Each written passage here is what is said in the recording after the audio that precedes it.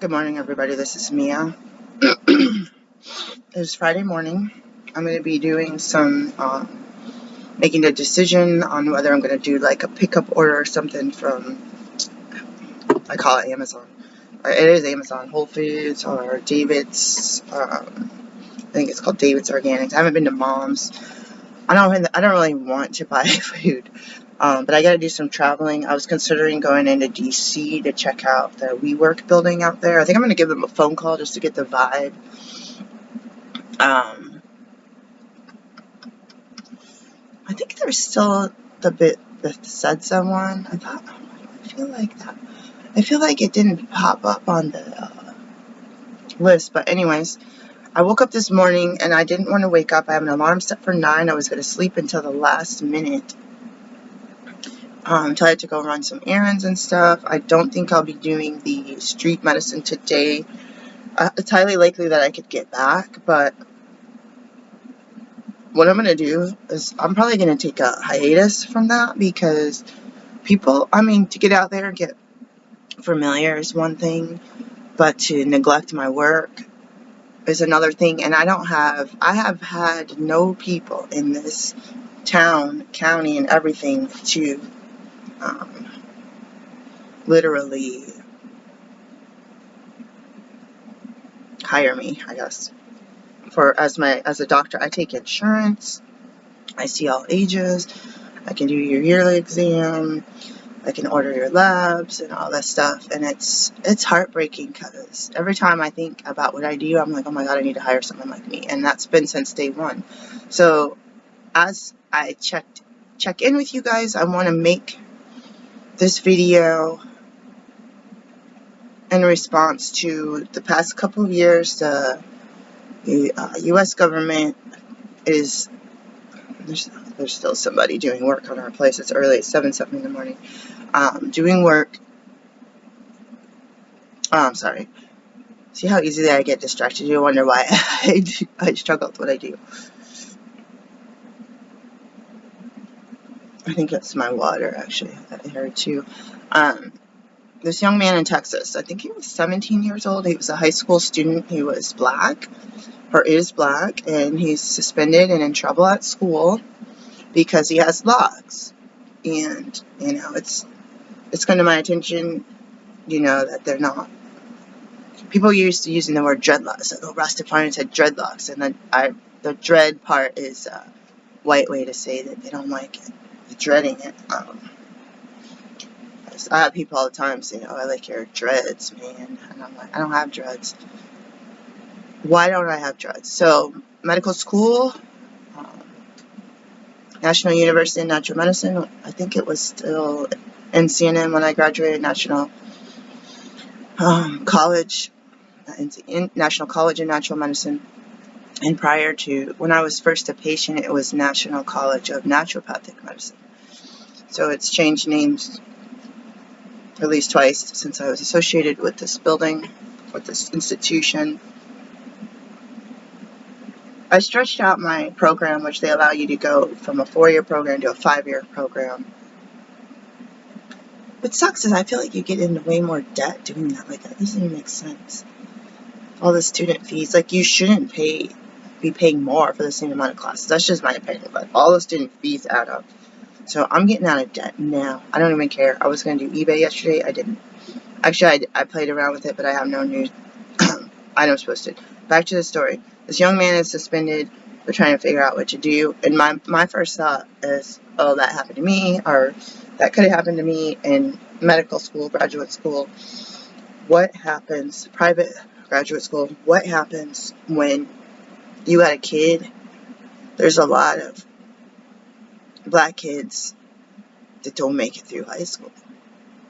And you're going to send this kid to detention all day. It sounded like his mom's quotes were that he was sitting in a stool for 8 hours in a cubicle or something. I'm sorry, I don't have it in front of me. I just know it's NPR, 17-year-old black male with locks, and Texas. Somebody's trying to say it's because his hair was too long. It was over his eye, or I don't know what it was, past his eyes. I don't understand. But could you imagine a boy showing up at school every day? His mother's concerned about his education. I just skimmed through the article, so I don't know the rest of his family. But what about those of us, or the people that aren't going to school, the people that are out in the streets causing crimes? And imagine when you get picked on in school and punished for your presence of who you are as an individual. And I don't know the school rules, but I'm bringing up, imagine if you suit up and show up and you're taking a shower, wash your hair, clean yourself, put your deodorant on, get your sports clothes for gym class and for after school sports and all this stuff. Come home, do your homework, eat a healthy meal that your parents provide. And then you show up and you're put in detention because of your hair. Now, again, there's different things. People are talking in comments the other day about this congressman, I think, or senator that was wearing the hoodie.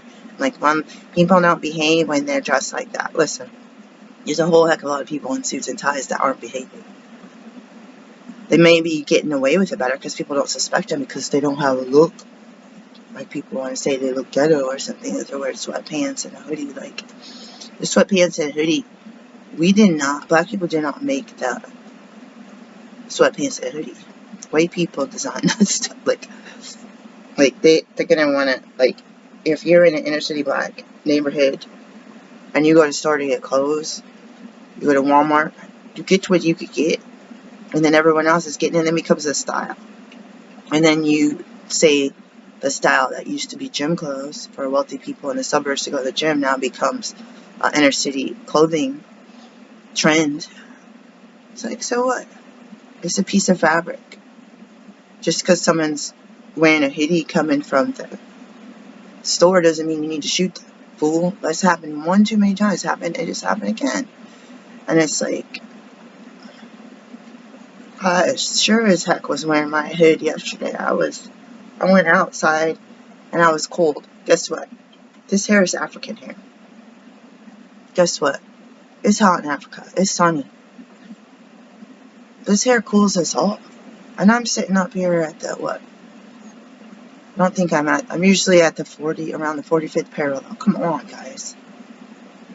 I've been living only a few hours away from Canada. This stuff is cold for us. We're going to walk around with our hair cooling us off. I don't have grease. I don't have natural oils coming through my hair, making it greasy. That stuff keeps you warm. Why do you think there's whale blubber and seal blubber? That stuff keeps the animal warm in Alaska and Canada. You guys get it? It's not just the natural hair. This is our evolution. This is our improving our chance of living.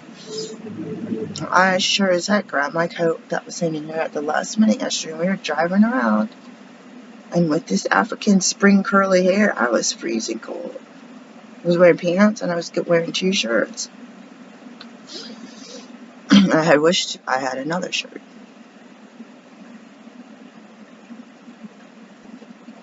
And imagine, there's kids that don't. In my town, if your kid didn't go to school, your parents would get arrested, and their names would be in the newspaper for truancy. Could you imagine if you thought your kid was getting on the bus and going to school, and you watch them get on the bus, and their kid doesn't get off the bus to walk to school, and they just walk out into the woods, and you're a doctor, or you work in an office, or you work at McDonald's, and the police come to your workplace and arrest both parents. Could you imagine? The people that need to actually be busted, a lot of them wearing the suits and ties with their hair short, they're getting away with white collar crimes, embezzlements, sneaky stuff where the books are shady. Sometimes the books are obviously shady. Like, it's obvious. They don't get in trouble. They don't get put in detention like torture treatment. I stretched my 4-year medical program. It was like a 7 or 8-year medical program. I almost wish I had completed the Chinese medicine portion. But I went into the clinic at, I want to say second or third year, I went into the clinic as hydrotherapy medical student. So we had done our hydrotherapy classes, I think it was 3 hours times 12 weeks. I don't know if how many hydrotherapy classes we had, but basically you have to learn a lot because you're going to be using electricity and water. So you got to like be practicing and learning and being tested on that, because you don't want to electrocute somebody. You're using electrostim. You don't want to be overstimulating the heart and crossing certain organs. There's just a lot. We're using diathermy. You don't want any pacemaker. You don't want any pregnancy. You don't want any heat or any metal, because it's going to heat up. Technicians, or I should say students were wearing watches with metal backs and standing near diathermy, and it was heating up. It doesn't necessarily burn them. I heard that there was someone at OHSU, some doctors that did diathermy on a patient that had a metal plate in their brain, and the patient died. So we learned a lot of stuff in first and second year.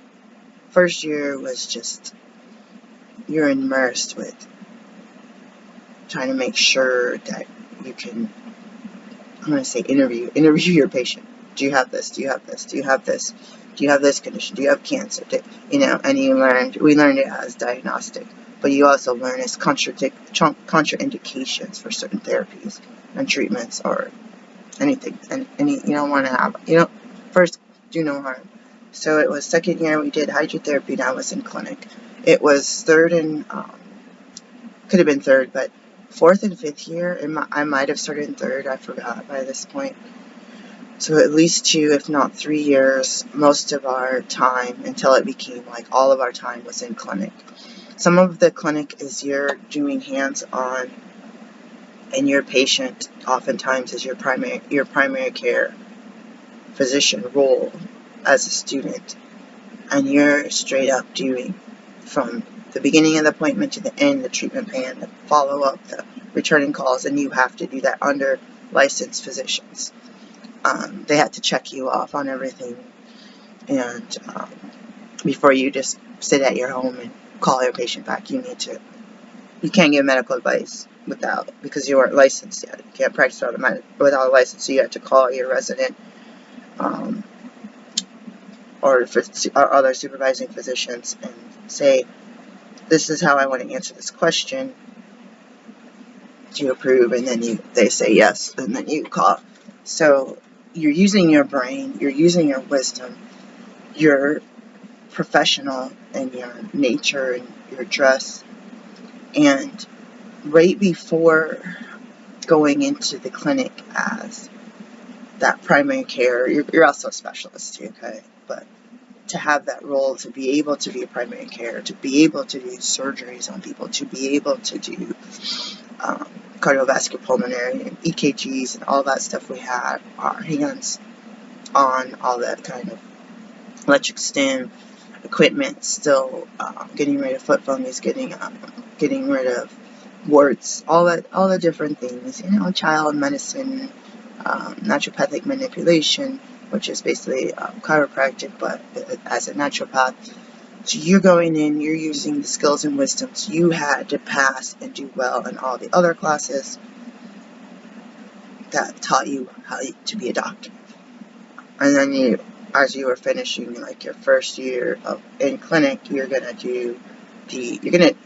cover all of the organ systems, all the body systems, and the mental health the first 2 years. At least in my school, we're gonna stretch it out. And then in the last 2 years, we did the specialty. We broke each body system and organ system, endocrinology, neurology. We broke all those down and just dove into that. So you have everything the first 2 years: clinical, physical diagnosis, you have pathology, you have histology, immunology, public health. You have all that stuff the first couple of years, which is like talking about everything, women's health. We learned how to deliver babies.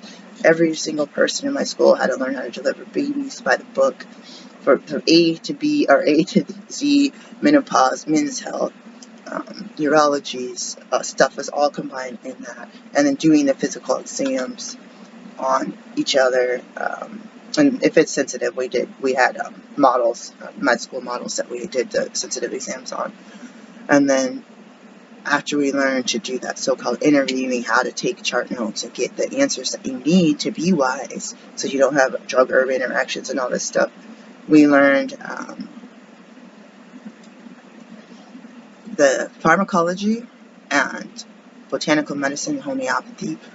We also took a lot of nutrition courses, and so you need to know everything about all that stuff that you're ingesting or need to ingest, or how to wean somebody off of a certain prescription medication, because certain things can cause seizures and death if someone stops cold turkey and all this stuff.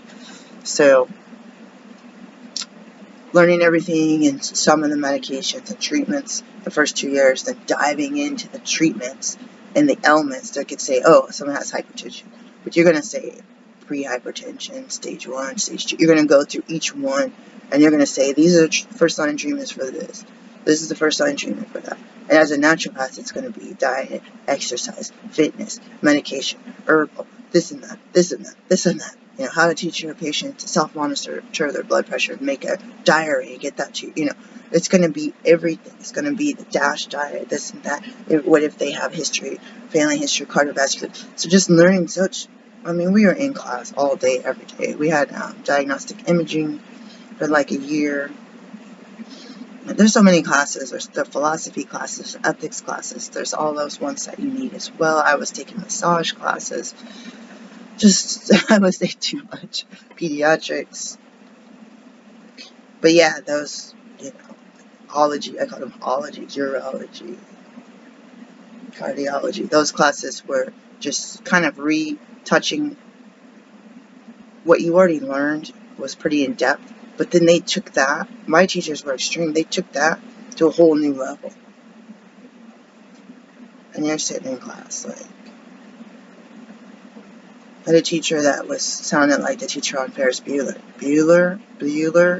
He was just like, I think it was a 3-hour class. Alright, I'm going to give you guys a break.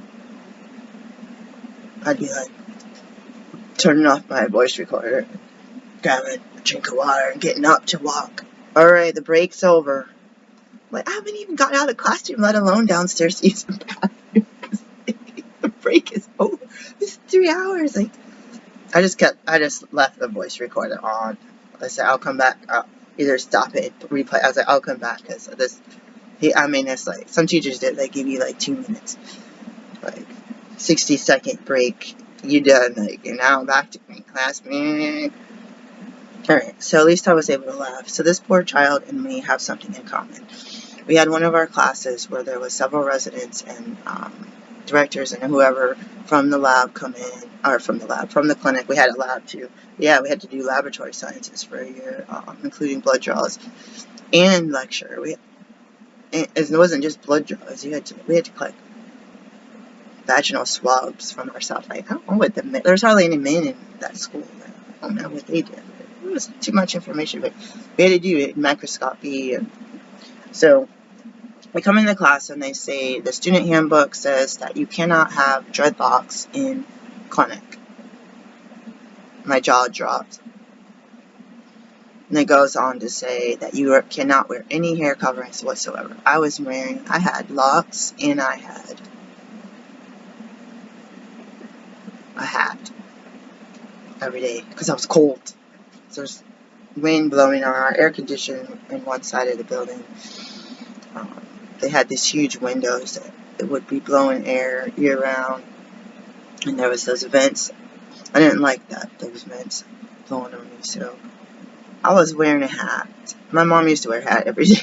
I was wearing a hat 7 days a week, and they said no hats, no hoods. So what happened? I asked them if I could wrap my hair in a scarf because I had long locks. If I could find a picture, I'll show you. My hair was damaged though, and not that healthy, and it was kind of just breaking off, which is really bad. That is kind of really good. You don't want that. But I asked if I could wear a scarf or something. And my friend was Muslim, and she was from Africa, and she was allowed to wear a hair covering because she had like a proven religious reason to do her hair covered every day in a hijab. So she was able to wear a scarf or hijab, and nobody else could. And I asked this in the whole class, what am I supposed to do with my hair? And they said, and I emailed everybody, and they said, you need to ask your family what to do about your hair. My family. Like, my family all wore their hair relaxed and with extensions and wigs. My grandma wore a wig as far as I can remember that. So,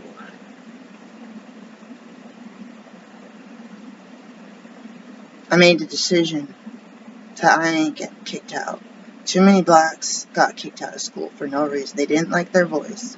They didn't like the way their butt looked in their pants. Somebody got in trouble for that. They tried to say they were provocative. Provocative? Some of us have large butts. It's like people that say that they can't have their front desk. I heard naturopaths say that their breasts and their nipples were distracting. Their nipples? Why are you even looking at their nipples? It's like, you're going to see somebody with, what if it was a black person? I was sitting at a job and I got locks. Clean, like wash my hair.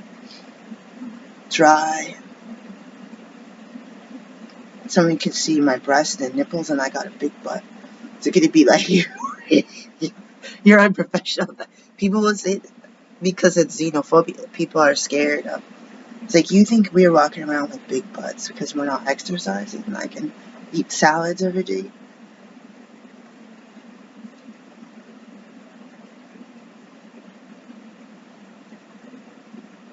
We're not trying to walk around with a push-up bra trying to have a whole bunch of excessive cleavage or too much excessive makeup, perfumes, and super tight mini skirts where somebody bends down to pick up a pencil and they got enough drawers on and you are like, oh no, I've seen that before. And some skinny white people, and I wish I could unsee that.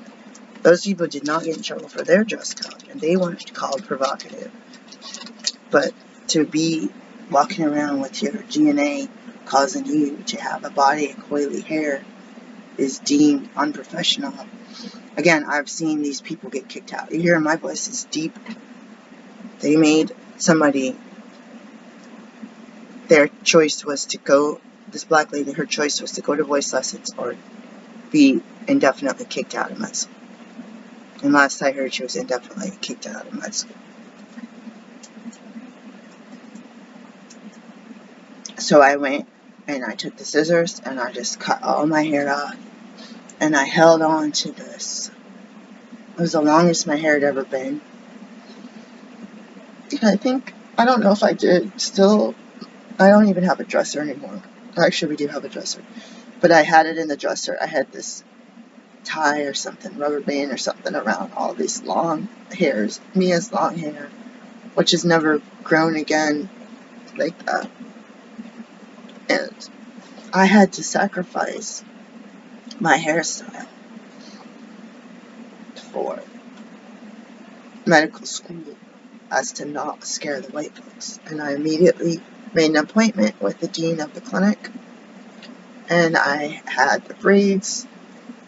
And I said I cut all my locks to follow the student dress code. And I want to tell you before day one of class that these are braids.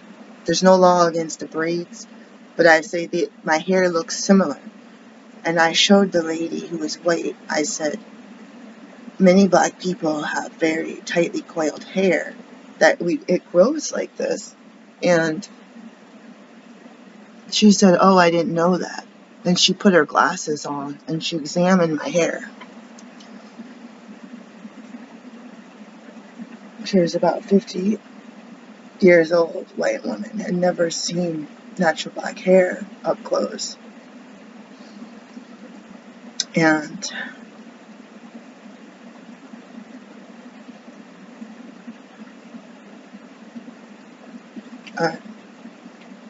I said, I'm telling you now that my hair is in compliance, and that some of the supervisors might not know the difference, and I want to make sure that I don't get written up, and that you know that I cut off my locks. And because of my allergies, the other women were wearing like blouses, like polyester, and what's the other shiny one? I can't remember anymore.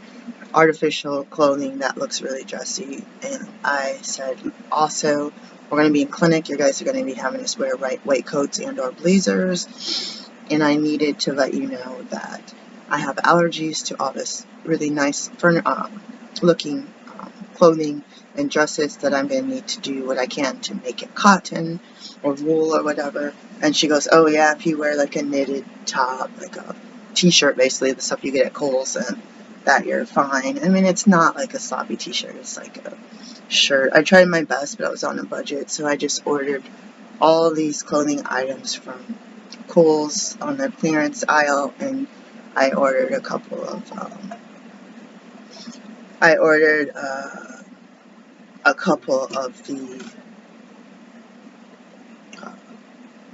call them unitards. So the shirts with that go down and snap between your legs, because I did have a big butt and my clothes were not made to fit my body type, and I was losing a lot of weight then, so I didn't want this gap between my lower back and the middle of my butt cheeks. So I did do what I could to cover that up and try to get a long enough jacket.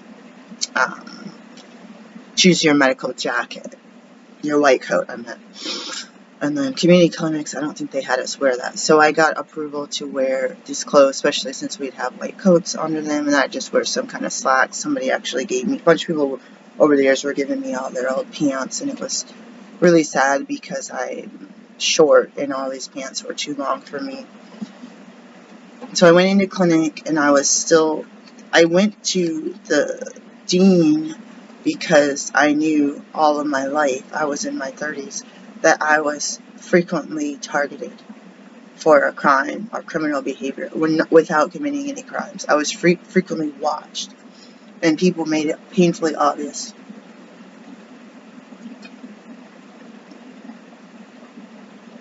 I shared this the other day. I shopped at the Tiger Fred Meyer on 99, and for like 10 years, and always used my credit card and always bought what I bought. And it was time for school supplies, and I was buying some stupid school supplies, and they called the cashier. I'm sure this like European or Russian lady called security on me for using my credit card with my name on it, with the D at the end of my name cut off. So just being targeted, and as soon as you walk in front of someone when you're black, suspicions are really high. So I cut off my locks. If you got this far in the story, this is where the pearls come in. I got this survey yesterday for, I think it's a mirror image, National Crime Victimization Survey from the U.S. Census. And it makes me sad. It has a list of resources for domestic violence. And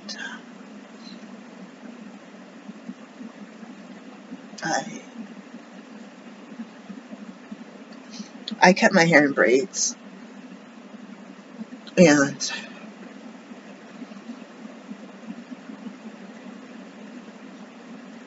my mom used to get my hair straightened. She used to braid it and grease it down and hot comb it. And she'd get it perms. They would burn the heck out of my hair. My hair was broke off. My hair was damaged.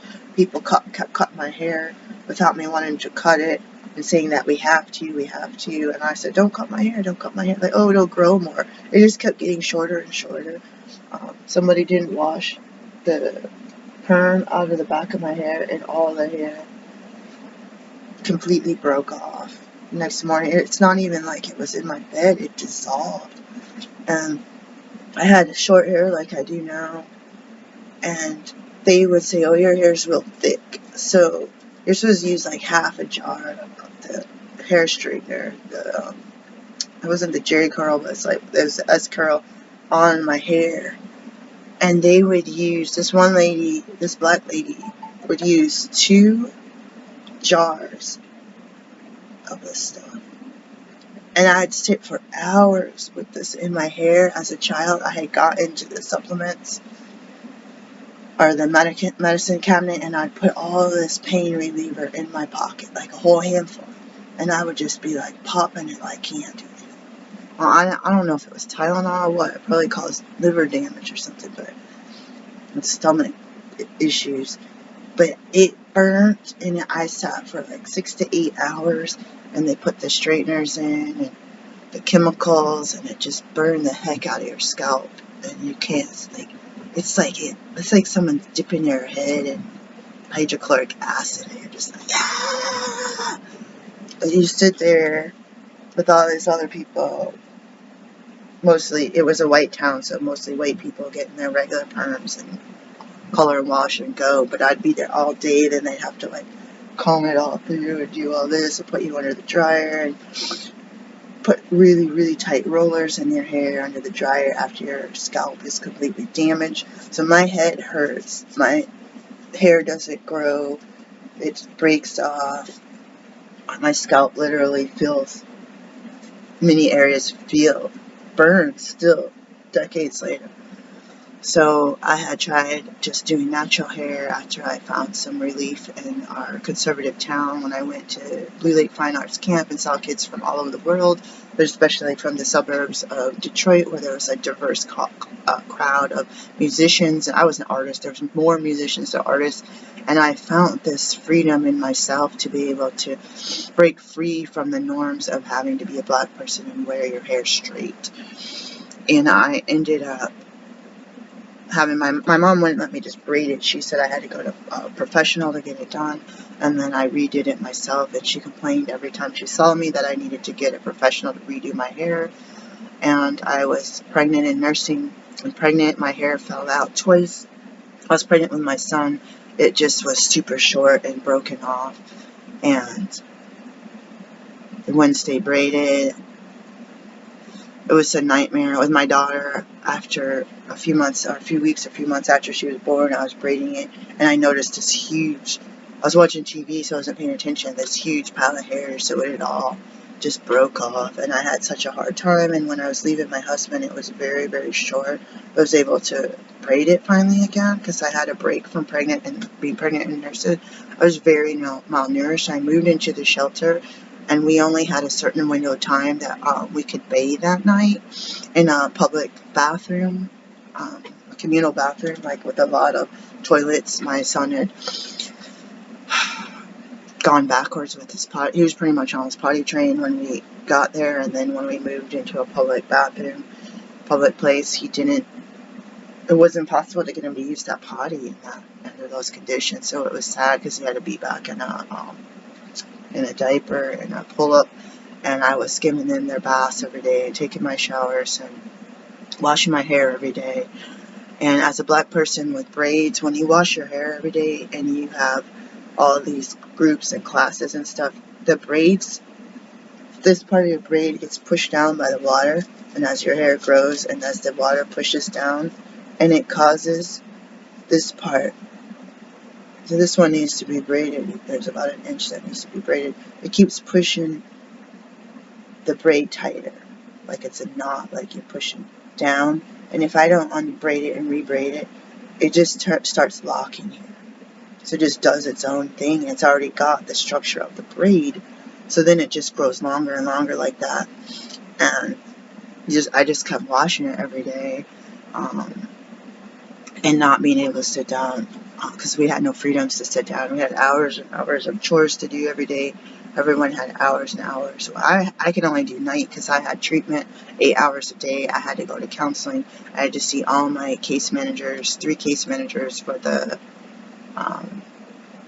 DHS once a month, a case manager for the shelter once a week. And then I was I had a job. it was crazy. So the night jobs were way harder than the daytime job. Like one of the daytime jobs was like walk around the block and look for grocery carts or something, stuff like that. So I didn't have time, and then it was curfew. I always end up doing like cleaning the kitchen and vacuuming the whole of the stairs. It was stupid. Everyone was always watching TV while I was doing my chores.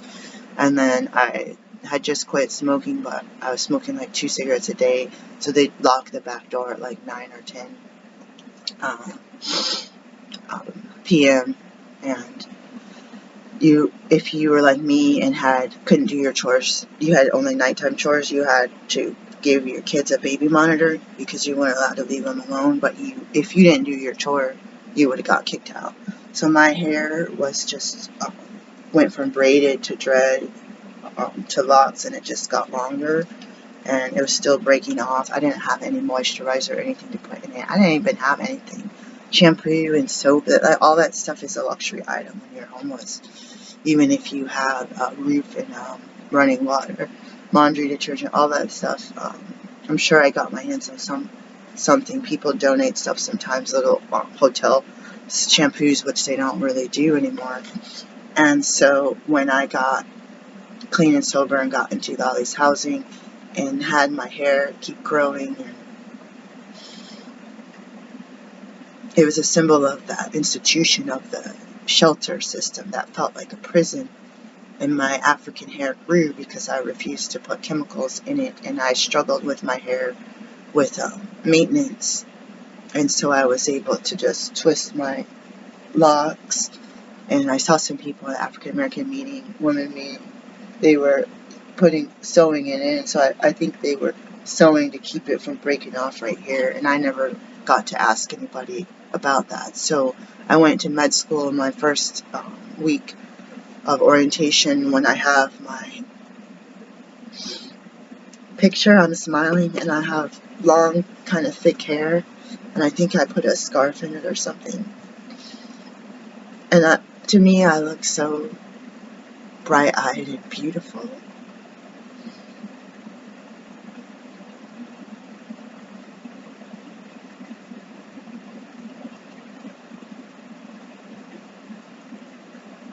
And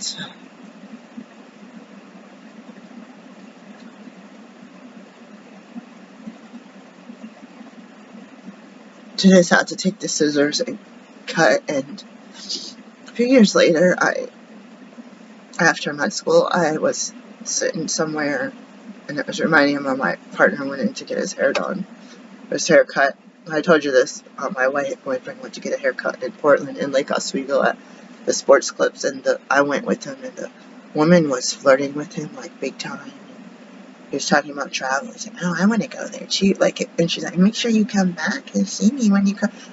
She kept looking at me. It wasn't just like bubbly, I'm talking to someone. She just kept, because he's looking this way and she's behind him. She kept giving me that look, like, not approved. I'm gonna steal your man, whatever it takes. But I was thinking of that.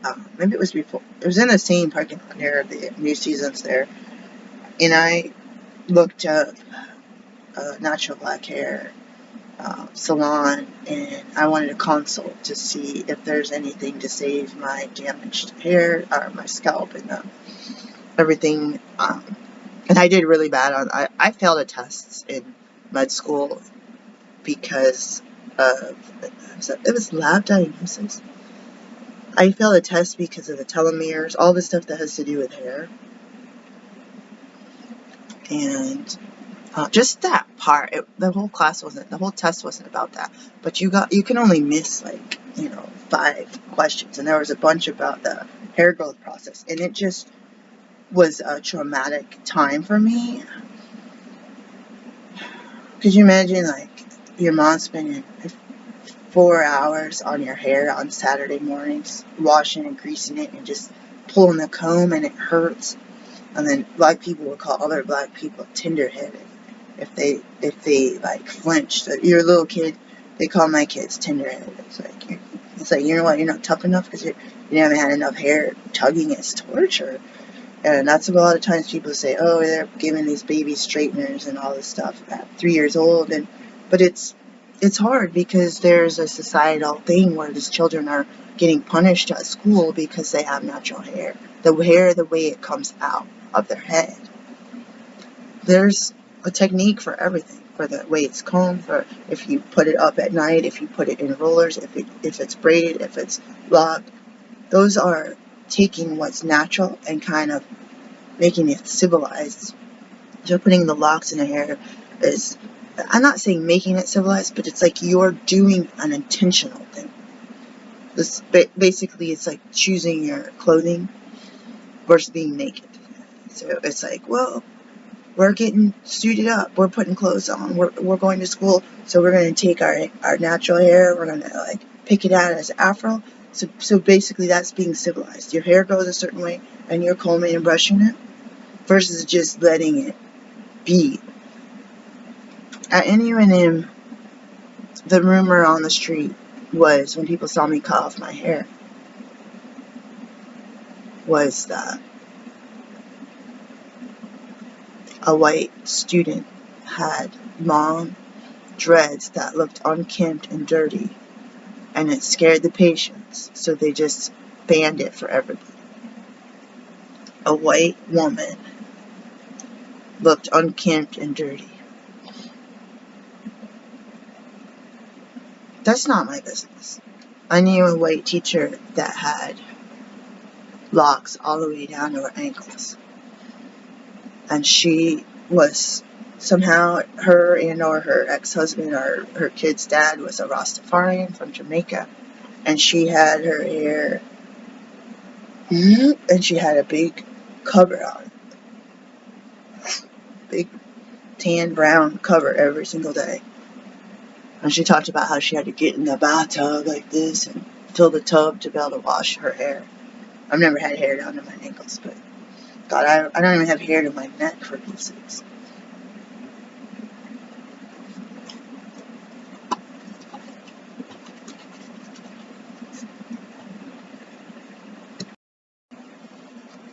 What would have happened if I hadn't cut my hair off? Highly likely I would have been removed from the school. I would have failed my clinic classes, and I would have been permanently kicked out. That's what I suspect, because I told you what happened to the people that didn't conform to the standard. And I can understand, you could say clean hair or kempt. I was in ROTC. I actually did have a couple hair wraps I put in myself, and they were kind of long compared to the rest of my hair and heavy, and those were dreads, and my braids were longer and thicker. And young people have longer, thicker hair anyway, in my opinion. So I did have to keep my hair off of my collar for ROTC, and I had a military hat. But there's an understanding, like, get your hair, if you work in a restaurant, put a hairnet on or wear a cap, different things to keep hair from doing things. But to have your hair be naturally coiled, to have larger breasts and or nipples. I had nipples that stuck out like little pinkies for years because I had nursed for 3 to 4 years, at least 3 years, ongoing. And I didn't even have bras back then, and then I got some used bras. I didn't have anything with padding. I didn't have any mirrors, so I was probably walking around with these little pinkies sticking out of my chest. I didn't have any mirrors. I had a mirror that was like from here up, which is similar to here. I can't see. We got some mirrors, but there's no space. So when I went to a powwow last week, at the very end, when you didn't see anything, we had the vendors cleaning up, and we went back to this guy that had tools that we bought stuff from last year, I think, pretty sure, because me and my partner both like old tools. And I saw this sitting with drills and all kinds of antique tools. Do you guys know what this is?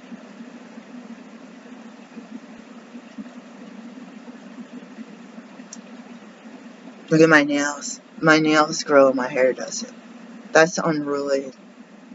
White kids used to yell at me and say I had nasty nails. I probably should cut them, but I keep forgetting.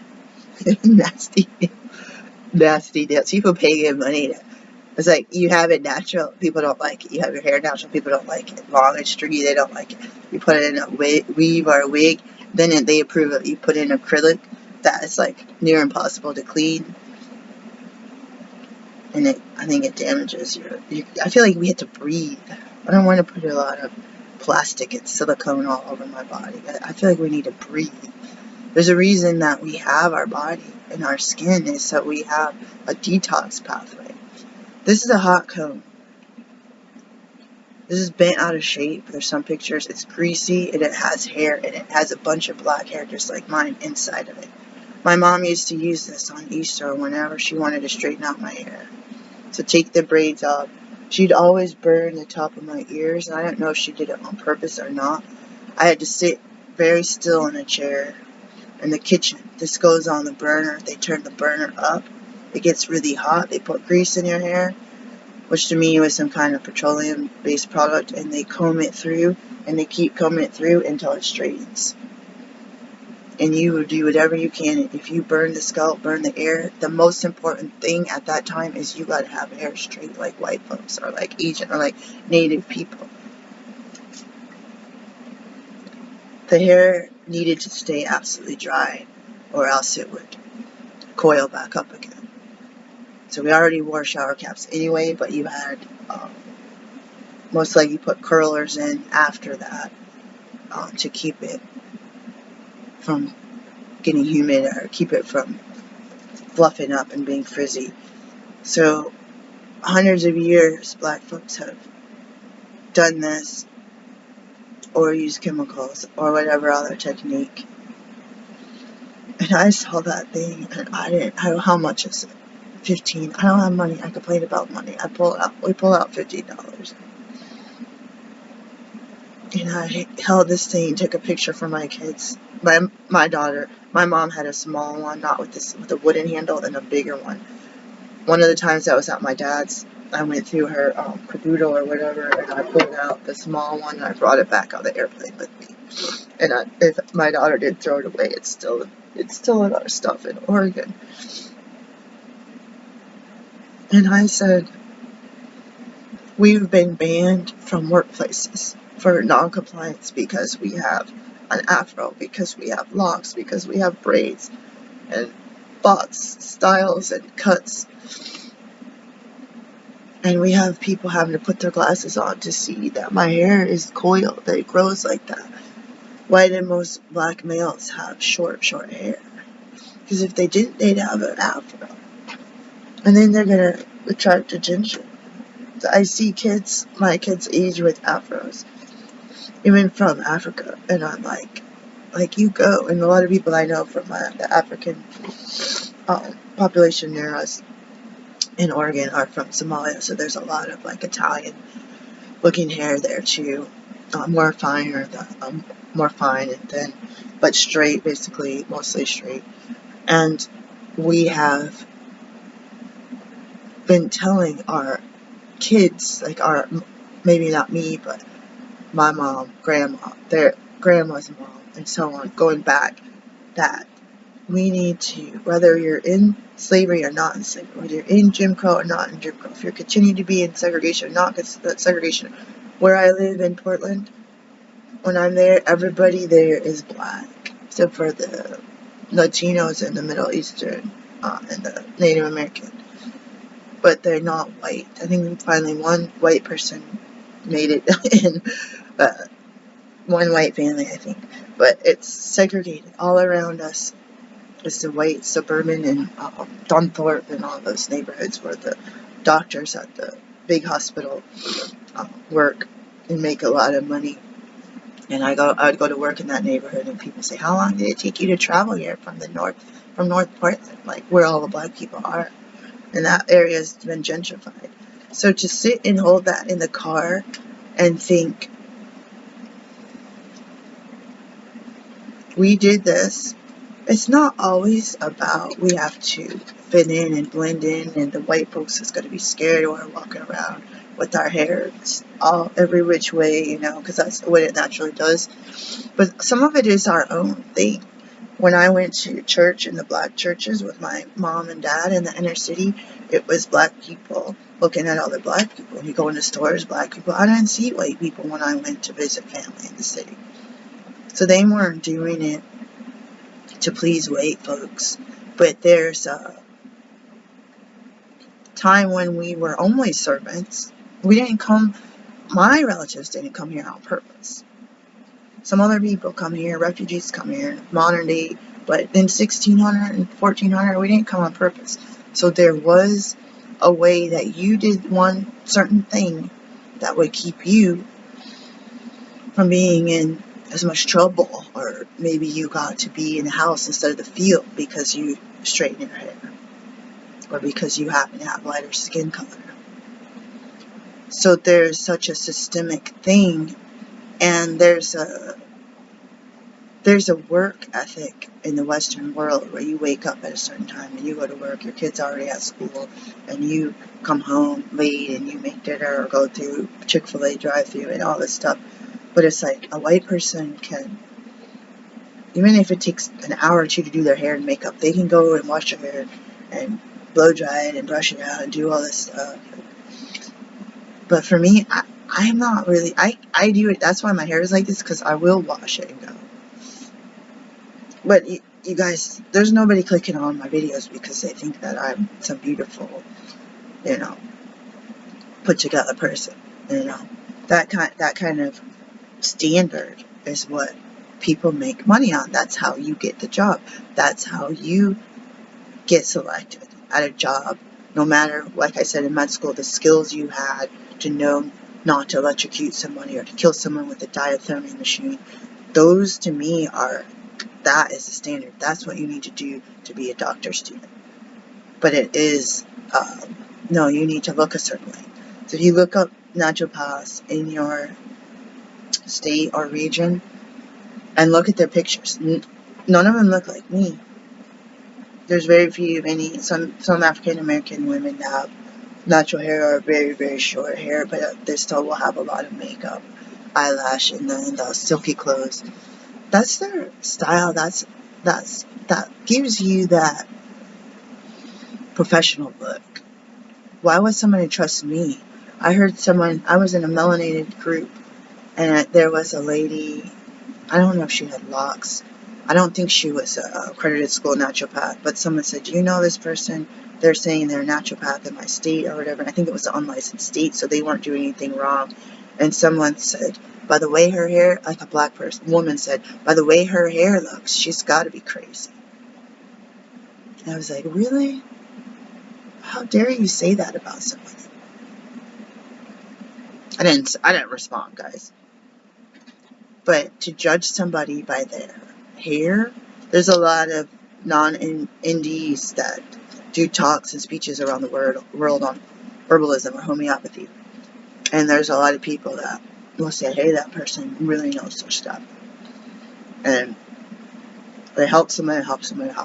There's that folk learning, people learning how to be a midwife by following their granny and their mom and not having them sit in classes. So being cautious is a skill to help save your life, and be not like saying, hey, that person, I'm going to keep my eye on them, or for me, it's the sense of how they feel. But I told my kids, it doesn't matter what. Keep the doors locked in the car, because people will see some shady-looking people and want to hurry up and lock the doors. These people are walking too close to us. And that happens all the time when I walk by a car. You hear the door click, click. It's like either someone's inside or they'll like do the one where the horn goes off right when I'm standing in front of their car. As though, like, you know what I did when I'm in the store and my car was doing that? I looked around and I waited till there was nobody in front of my car, and then I locked it. But these people look at me like I'm about to jump in their car and steal it. If they don't hurry up, oh my God, I gotta hurry up and lock it. There's a black person next to my car. I was like, forget you. We got 4 cars and 2 little boats. The last thing we need right now is your hunk of junk, like, So, locks, natural hairstyle, having to feel the pressure of getting weaves and watching that one hair channel. I don't watch it as much. There's a black woman. She has an accent who does hair, and she, what is it? She uses the razor or something razor, and she will write on somebody's natural hair, or if their hair's been bleached and colored, and they'll like push it all up, and they'll take a before picture, and they'll say swipe left, and then they'll like put the after picture, swipe right. And I made a comment. I think the woman in the left, swipe left, is beautiful. That's who she is. Her hair does not look crazy to me.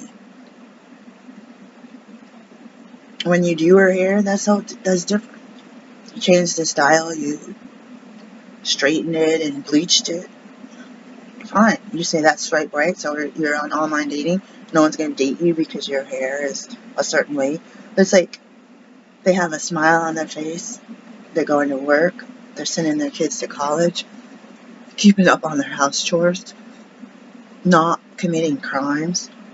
And you're going to say swipe left. And to me, that's just pretty vain. And I understand.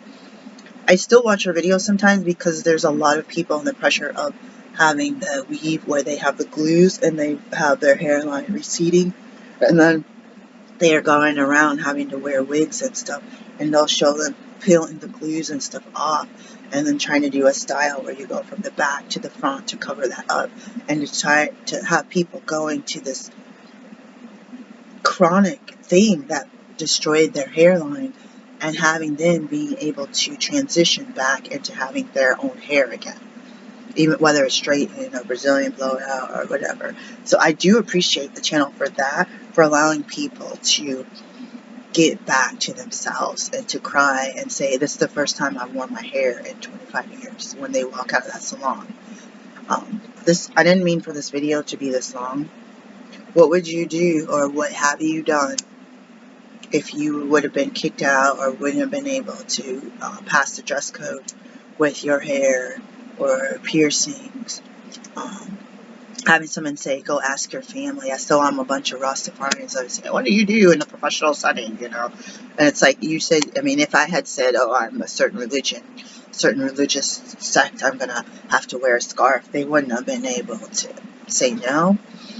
But at that moment of my life, I was just a woman going from homeless shelter, transitional housing to transitional housing with 2 small kids who had followed my lifelong dream of being a doctor. With that, I'm going to make my tea.